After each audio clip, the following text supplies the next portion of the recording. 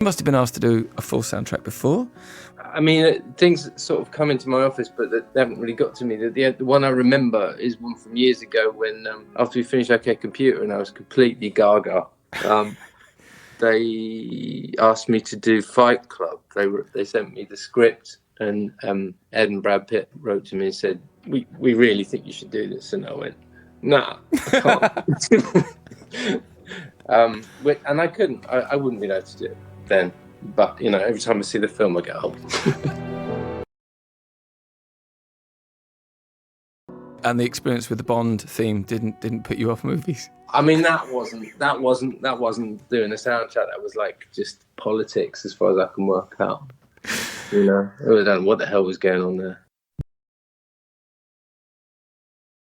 When you think about horror, for want of a better word, thriller soundtracks, or horror, you think of Wendy Carlos and you think of John Carpenter.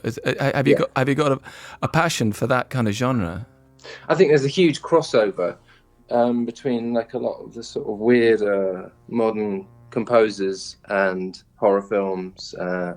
Exploring the darker side of what could be loosely described as music or experimental sound, or using sound to upset and mess with people's heads and generally make you feel ill.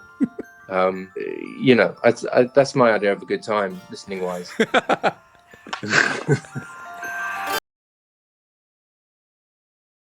Because the original Suspiria soundtrack was by Goblin, and we talked about this when you first told us that you were doing the soundtrack. Was that a positive thing? Because you're like, okay, I'm gonna use that as something a road I'm not going to pursue, or did you have it looming large in your head, or did you just completely ignore everything? Because it's a big cult soundtrack, isn't it?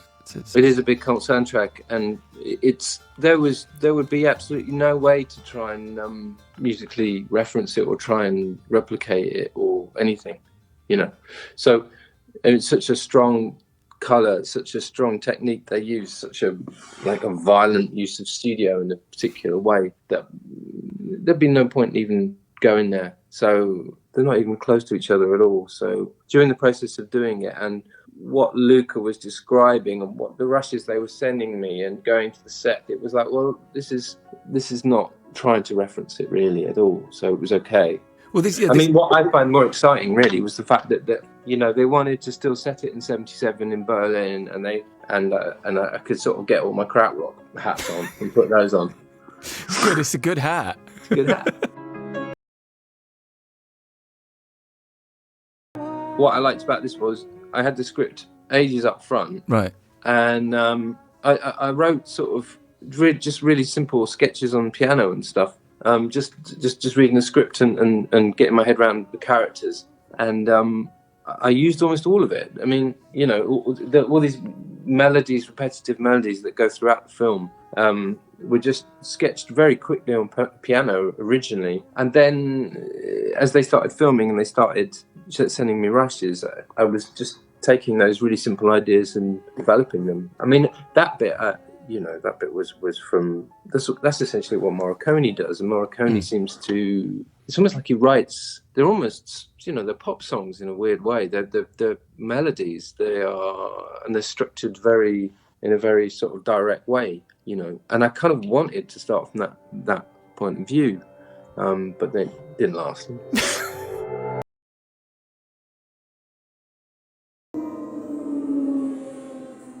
We're going to play Has Ended. There's a lot of music on this, and some of it is very abstract sketches, not songs, dude.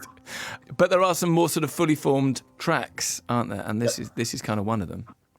This was one where I was really wanting to reference, all my favourite Can records and, Faust and all that sort of stuff, and it was born out of just one piece of an incredibly stretched piano that started. I could hear bells in it and all this stuff, and I could hear a vocal melody in it, and then my son had a drum rhythm which we used in them, so he plays drums on it. He's 17 now, and I don't know. It could, and while I was writing it, the whole Trump thing, I think Trump had just made that first big speech he'd made, or maybe it was a bit after that, I don't know.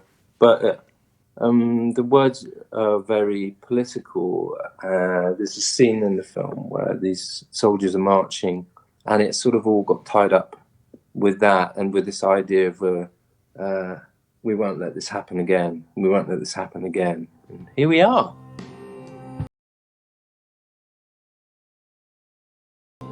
What was the thing that caused you the most anxiety, or you found sort of creatively the hardest thing to deal with? Because it's, you know, it's someone else's visual vision to your sound. That bit, I quite enjoyed the fact that I was working to commission. They're your client. Yeah, well, I'm the gun for hire, as I say.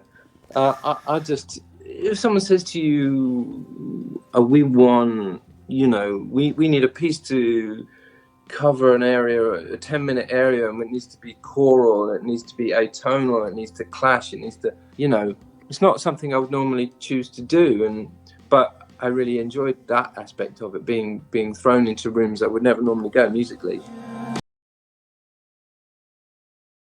I mean, how was it handing over that kind of final control? Because you as a solo artist and with Atoms or Radiohead or whatever, you've got a position where you are totally in control of the final thing that people get.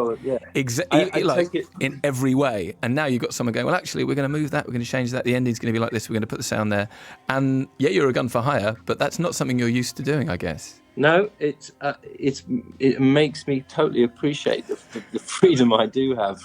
I totally take it for granted, and you know, I was used to moan about having to decide about everything, but now I'm like, well, you know, there's good aspects to working for a big, massive organisation, and then there's bad aspects to it in the sense that you're not really in control of it, and you can have your own feelings about it, but you just simply have to accept that it's not really. You do your part, and everybody's doing their part. Like the art department's doing their part, the costume, but someone else has got to drive the ship.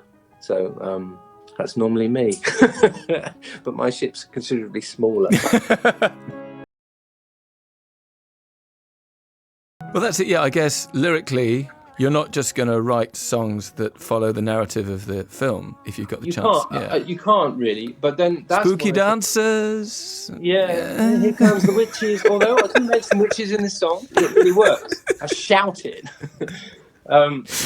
It's a horror film. Here's some witches. So lyrically, no, I'm just sort of riffing really, but at the same time, you know, I'm really, really conscious of the scenes that it's going to be used in and things like that, and so.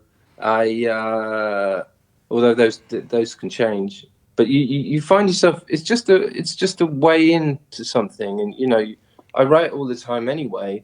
And then if I'm writing with that sort of thing in mind, it's just different. It's like a different color, which I really enjoy. It's not me anymore. You know, I'm sort of trying to tell a story in my stupid, useless way. but there's still like outside, external. In this case, political influences are still boring into your brain even when you're doing I mean, it's, well, you know, I'm still, no matter what you do, if a film is set in 1977, everything you're doing is still now, even if you're consciously choosing to reference that period and use instruments from that period, that's basically, you're still now, you're still writing from now. There was some lyrics, I presume lyrics that got tweeted this morning? You were on the twits. That's for Has Ended, yeah. That's for Has Ended because, again, I'm watching the Conservative conference this week thinking, it's basically ignorance is strength, isn't it? No, it's not happening. No. We're stronger together. Opportunity for all. What I find frightening now, I thought it was a joke, you know, and you expect the joke to stop. And, you know, I remember at Glastonbury saying, shut the door on the way out. Teresa or something, you know, everybody thought that was it. They're still there, and not only there, they are treating us all like lemmings running off a cliff. Come on, everybody, let's go. Ignorance is strength. That you know, in the Orwell novel, it's like the whole point is it doesn't matter. You get to this point where the language you've grown up with to express how you see the world is being taken away from you and being turned into the theatre of the absurd. You know, it doesn't matter. So you know, you could, if Rwanda happened tomorrow, it wouldn't matter. It wouldn't matter. Nothing matters. And that's the bit I find frightening, not whether, you know, the letters are going to fall off the back of Theresa May's main speech, or whether Boris Johnson falls on his bike onto his face. You know, that's not the bigger picture. The bigger picture is, it doesn't seem to matter. If the EU turn around and says, yeah, this is not acceptable, it's not acceptable, and the people in Ireland say, this is not acceptable, and our government sits there and goes, stay with us. We are the voice of the people. We know exactly what's going on. We are the will of the people. And yet, with even in their own party, they can't even keep their own party together. And yet, no one does anything. Why aren't we in the streets? Would you do it again? Would you do another soundtrack? Yeah, I would, but I would in the process of doing this, it was kind of like a year and a half where I really wasn't doing any other, you know, I was doing bits and bobs with Nigel and a few shows with that, with my own stuff, but I, in my studio, was just focused on this for a long time, so this is kind of like, I'm desperate to enjoy my studio in a different way, you know, so get back to doing what I probably would be doing if I hadn't been doing that for a while before I then decide to hand over. Yeah, doesn't make any sense. That was a good answer, wasn't it?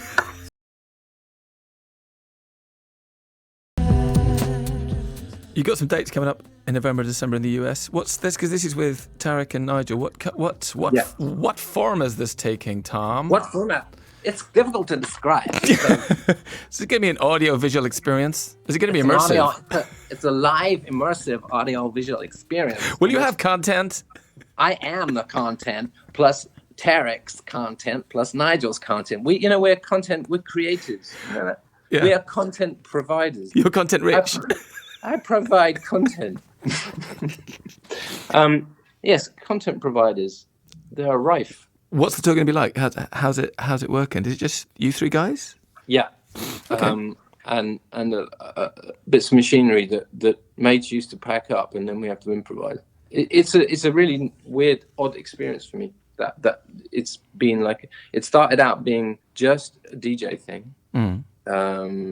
Just to promote when we did a mock, when Atoms for Peace weren't able to tour, and then it started becoming its own thing, and then I started wandering around the stage, not hiding behind the decks, and then it became something else again, and then we started experimenting with putting it in theatres rather than in like weird raves at 3 a.m, and it's sort of still developing. I don't really know what it is, but at the moment Nigel and I are trying to finish a bunch of material that goes with it, and that's going to come out next year. There'll be a record in there somewhere.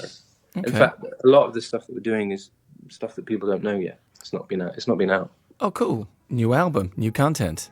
Some more content. And finally, what else is on the whiteboard? What else is coming up? That's it for me. That's enough for me. That'll do. I'm trying to sort of clear the decks. You know, I'm trying to sort of feel free after being, stuck with the film for such a long time, and I'm enjoying, I'm not quite sure what's happening next. You know, I'm enjoying it.